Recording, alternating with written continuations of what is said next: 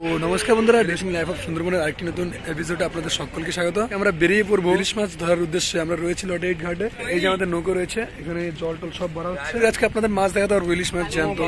আমাদের জল ভরার জন্য ছোটাছুটি করা ভাটা এসে ভাটা ভরে গেছে, অনেকটা জল শুকিয়ে গেছে। আমার সঙ্গে না বেরোতে পারলে তাহলে ওই সাইডে আমরা যেতে পারবো না। নৌকোটা কিছুটা এরকম, আমাদের এই নৌকোটা করে ভোলা মাছ ধরাবে আর ওটাতে করে ইলিশ মাছ ধরাবে। আর সে সব কিছুই আমরা আপনাদের সঙ্গে শেয়ার করবো। তো আমাদের ভিডিওটাকে পুরো শেষ পর্যন্ত দেখো, আশা করি আপনাদের ভালো লাগবে।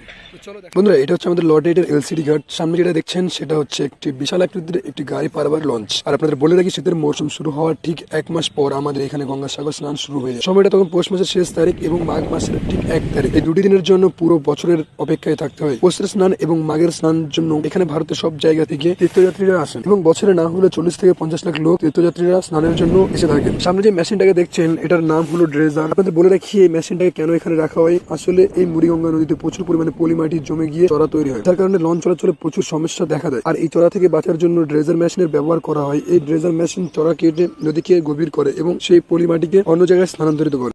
বুঝতে পারবো আমরা কি করে মাছ ধরে। তো গাইস, এখন আমি নৌকাতে উঠে পড়বো। নৌকো উঠে পড়লাম। বন্ধুরা দেখো, কিছুটা দেখতে এরকম। ওদের উপর নির্ভর করেই আমাদের সময়ের সঙ্গে নৌকোটা ঘাট থেকে ছাড়তে হয়। ওদের সঙ্গে জাল না মারতে পারলে জালে মাছ পড়ে না। সঙ্গে নৌকোটাকে সাগরের উদ্দেশ্যে রওনা দিতে হয়। এই জিনিসটাকে মেনে চলতে হয়। সেই সঙ্গেই সময়ে না হলে ভাটা স্রোত চলে আসলে আমাদের জাল বেশি করে নদীতে রাখা অসম্ভব হয়ে পড়ে।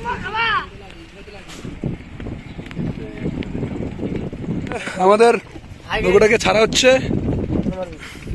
হ্যাঁ,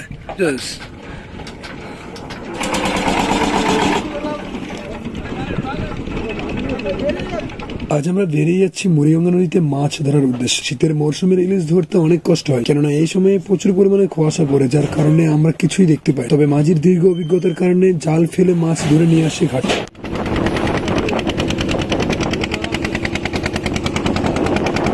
বন্ধুরা, আমরা গন্তব্যে পৌঁছে গেছি জাল মারার জন্য। এবার আমরা জাল মারবো, আর সেটা আপনারা দেখবেন ভিডিওর মাধ্যমে।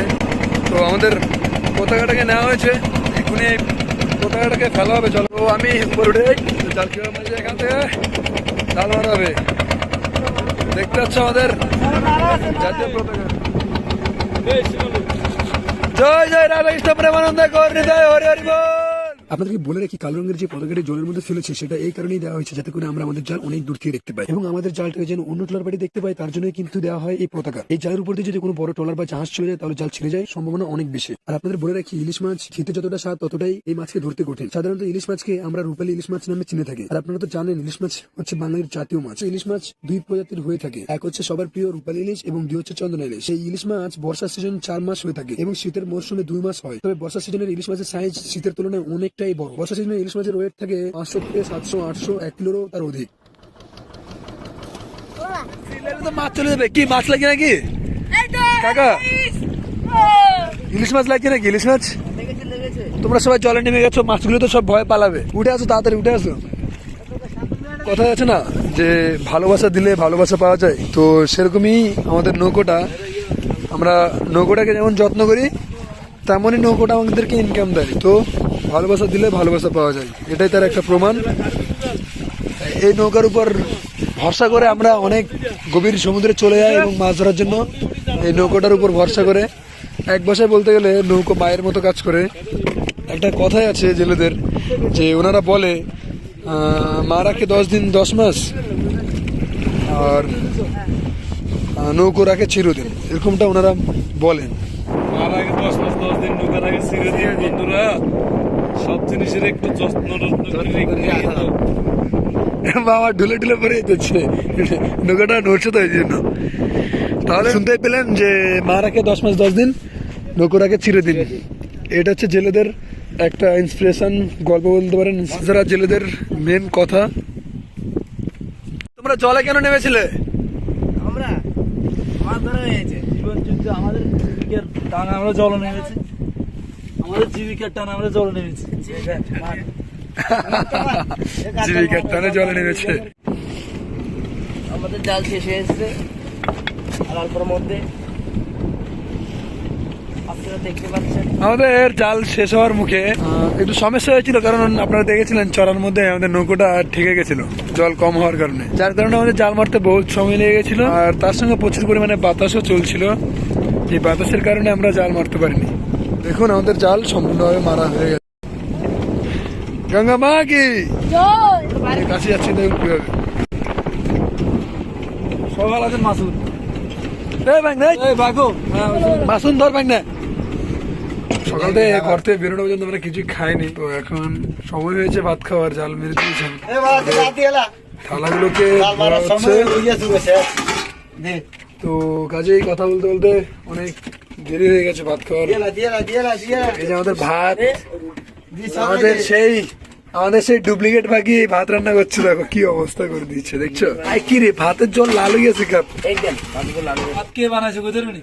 বড় বাদ গেছে দি বইটা বাদ দিতে বানাই রতন রতন ফাইল বানালা ফাইল বানালা রিয়েলাইজ আরে একটু ইউটিউবার করে দেখা দাও সবাই রে। এই যে ভাত পুরো ফেলাইছে না তুমি ভাগি সব ঠিক আছে না দেখেন শুধু ভাত খাওয়ার মানে ভাত খাওয়ার যে প্লেট গুলো দেখুন শুধু একবার, কেউ কড়াইয়ে, তো কেউ হাড়িতে, কেউ থালাতে, মানে কি বলবো। তো guys, ইলিশ মাছ পাঠিয়েছে বাড়িতে। তো আমরা ইলিশ মাছ দিচ্ছি সব জায়গায়। তো বন্ধুরা, আমরা সকালের প্রায় 12টা বেজে গেছে। প্রচুর পরিমাণে সময় লেগে গেছে আজকে ভাত খাওয়াটাতে। তো এই যে আমি কৃষি খাচ্ছি, একবার দেখো শুধু, দেখতে পাচ্ছ বন্ধুগণ। ভাত বসিয়ে দিয়েছি আমি, তো ভাত বসিয়ে দিয়েছি, দেখো দেখতে পাচ্ছ তোমরা এখানে। এই যে গ্যাস সিলিন্ডার সবকিছু মোটামুটি ঠিকঠাকই আছে। আর দুপুরের ভাতটা খেতে পারিনি, সে সকালে ভাত খেয়েছি।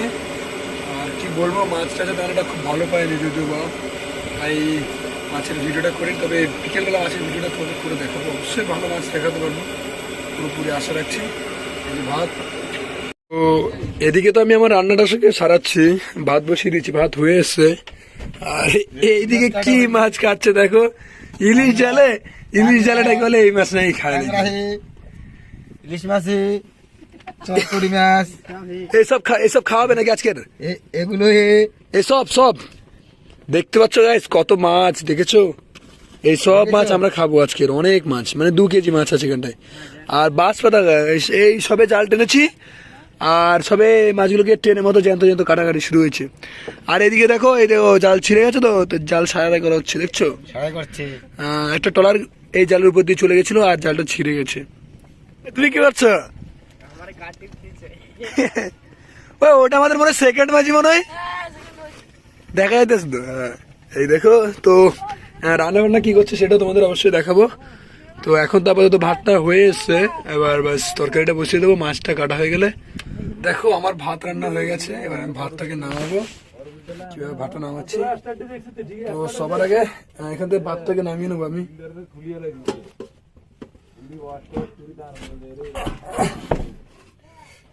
রিক্স হয়ে যাচ্ছে guys।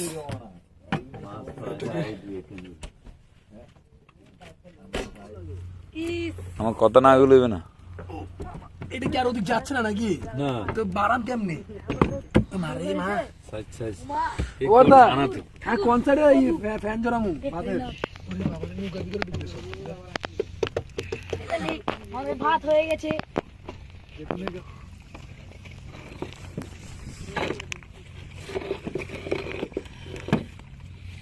ব্রেকআপ গাইস, আপনি শুধু একবার দেখুন সমুদ্রের মাঝে যেন পাখিদের বৃষ্টি ঝরে পড়ছে নিচের দিকে। কিনারায় তারা মাছ খেতে চলে আসছে। এই সময়টা এখন শীতের মৌসুম, তাই তো নাকি? ইয়েস।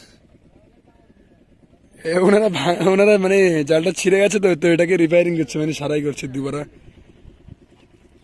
এই দেখো এখানে কত রকমের মাছ দিয়েছে, কাঁকড়াও কতগুলো দিচ্ছে। আজকে তো খাওয়া দাওয়াটা একদম জমজমাট হবে নাকি কাকা? বাট খাওয়া দাওয়া তো সব জমজমাট হবে, কিন্তু সন্ধ্যা হয়ে যাচ্ছে তো, খাবো কি করে মামা? খাওয়া যাবে, ইয়ে কর।